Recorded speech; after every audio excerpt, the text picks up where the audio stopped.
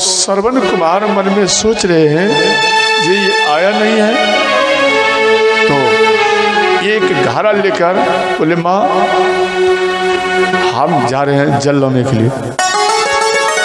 बोले बेटा देखो मेरा मन ऐसा कर रहा है कि तेरे से दूर होने में हमें काफ़ी घबराहट हो रहा है। देखो जब पुत्र के ऊपर कोई संकट आने वाला होता है या पति के ऊपर कोई संकट आने वाला होता है तो याद रखना सर्वप्रथम पत्नी और माँ इन दोनों का कलेजा घबराने लगता है कि आज कोई घटना होने वाला है।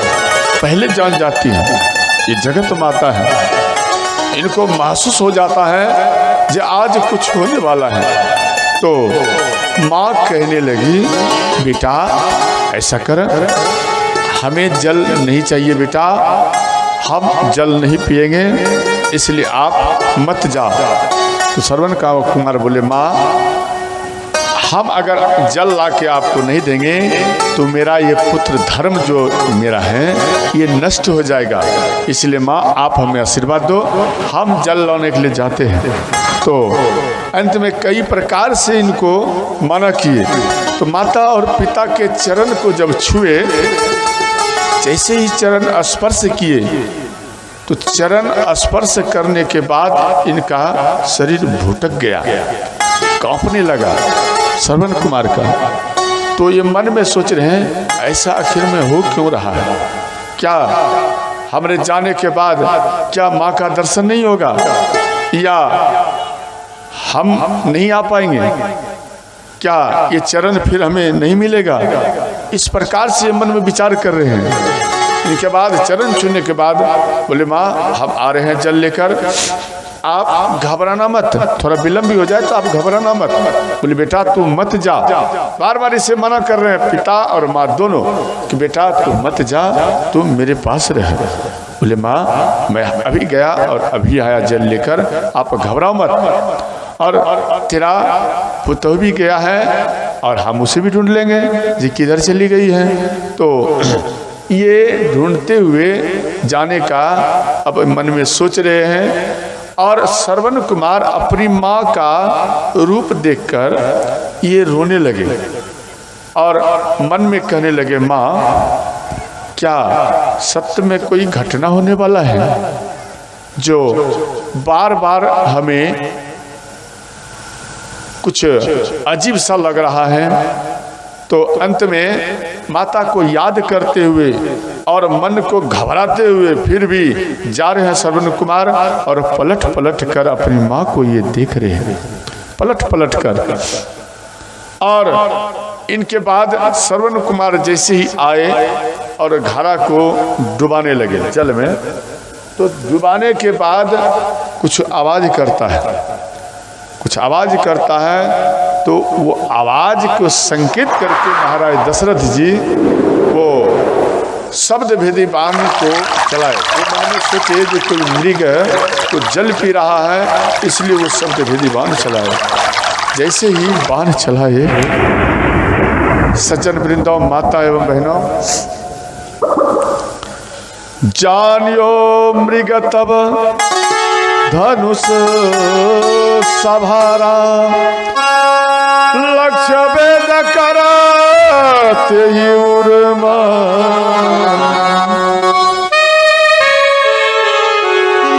जैसे ही लक्ष्य किए शब्द भेदी बाण से और बाण चला दिया। श्रवण कुमार जल ले रहा था और वो बाण आकर श्रवण कुमार के सीने में चुभ गए। श्रवण कुमार वो बाण लगने के बाद जमीन पे धड़ाम से गिर गए और श्रवण कुमार रोने लगे कि माँ, इसीलिए तू मना बार बार कर रही थी, इसलिए मेरा मन भी घबरा रहा था जे आज माँ मेरे सीने में बाण लग चुका है। ना जाने कोई अनायास मेरे सीने में बाण मार दिया है। माँ घबराओ मत माँ, मैं जल लेकर आ रहा। श्रवण कुमार उठकर घारा को लेकर के बाण लगा हुआ है, घारा लेकर के फिर जल में डुबा रहे हैं और घारा उठाता है। श्रवण कुमार फिर पछाड़ खाकर गिर जाता है। इनका शरीर काम नहीं करता है, बार बार प्रयत्न करता है, माँ मैं जल लेकर आ रहा। श्रवण कुमार फिर भूमि में गिर जाते हैं। इतने में महाराज दशरथ जी आ गए।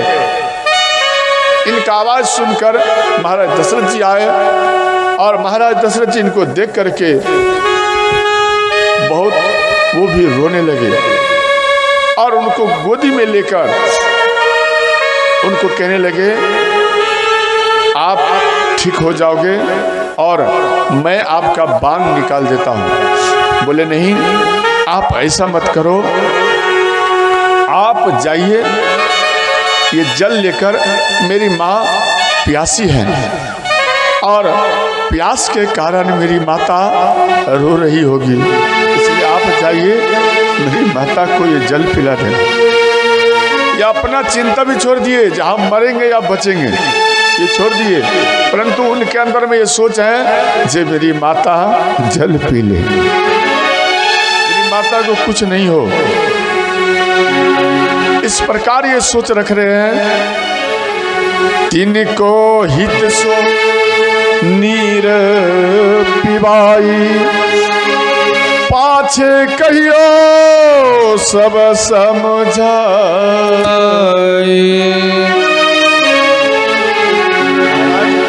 आप जाइए, जल मेरी माता को आप पिला दो, परंतु पहले मत कहना मेरे बारे में, कुछ मत कहना, पहले उन्हें जल पिला देना। उनके बाद उसे कहना कि अब आपका पुत्र इस दुनिया में नहीं रहा, बाद में कहना। तो महाराज दशरथ जी वो फुट फुट कर रोने लगे। बोले नहीं नहीं, आप जीवित रहेंगे और हम आपका औषधि का प्रबंध करेंगे। बोले नहीं महाराज, हम अब नहीं बच पाएंगे। तो अंत में उनके सीने से बाण खींचने लगे। हिया से जब ही निकारियो बाना, ओमकार कही छोरियो प्राणा। जैसे ही बाण खींचने लगे तो श्रवण कुमार रोते हुए कहने लगे माँ माँ माँ माँ, अब मैं नहीं बचूंगा माँ, अब हम नहीं बचेंगे माँ, अब हम नहीं बचेंगे। दुखने लगा, दर्द होने लगा सीने में, एक एक सांस उसके लिए कीमती पड़ गया और वो कहने लगे माँ अब हम नहीं बचेंगे। ओम माता पिता यो नमः, ओम माता पिता यो नमः।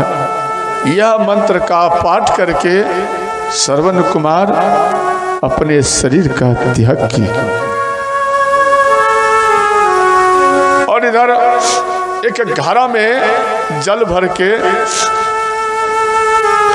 महाराज दशरथ जी आ रहे हैं। इधर माता शर्मा और ये अंधक मुनि ये आपस में फुट फुट कर रो रहे हैं। जी हमारे श्रवण कुमार को लग रहा है कुछ हो चुका है, मेरा पुत्र अभी तक आया नहीं है।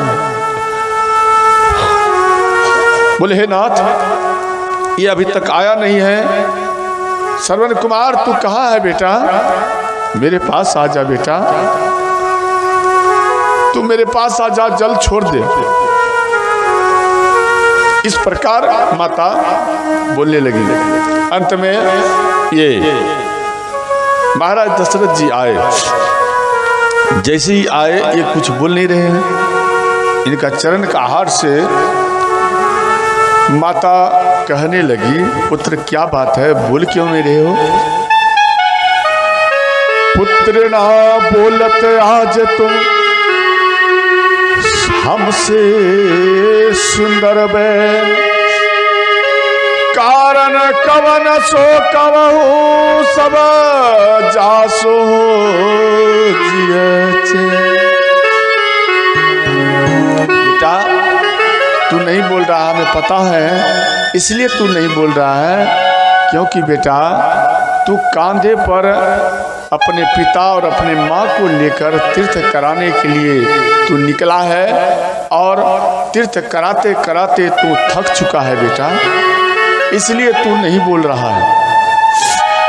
माता कह रही है कि तू थक चुका है, एक काम कर बेटा, मुझे नेत्र नहीं चाहिए, हमें नेत्र की आवश्यकता नहीं है। बेटा एक काम करो, वापस चलो, अब हम तीर्थ नहीं करेंगे, हमें नयन नहीं चाहिए बेटा, तू चल। और तुम बोलो बेटा, जब तक तू बोलेगा नहीं मेरे अंदर में प्रसन्नता नहीं आएगी। तो महाराज दशरथ जी वो बोले माँ पहले जल पी लो। बोले कौन है आप? बोले हम अयोध्या के राजा महाराज दशरथ हैं। तो मेरे पुत्र श्रवण कुमार कहाँ है? मेरे पुत्र श्रवण कुमार कहाँ है?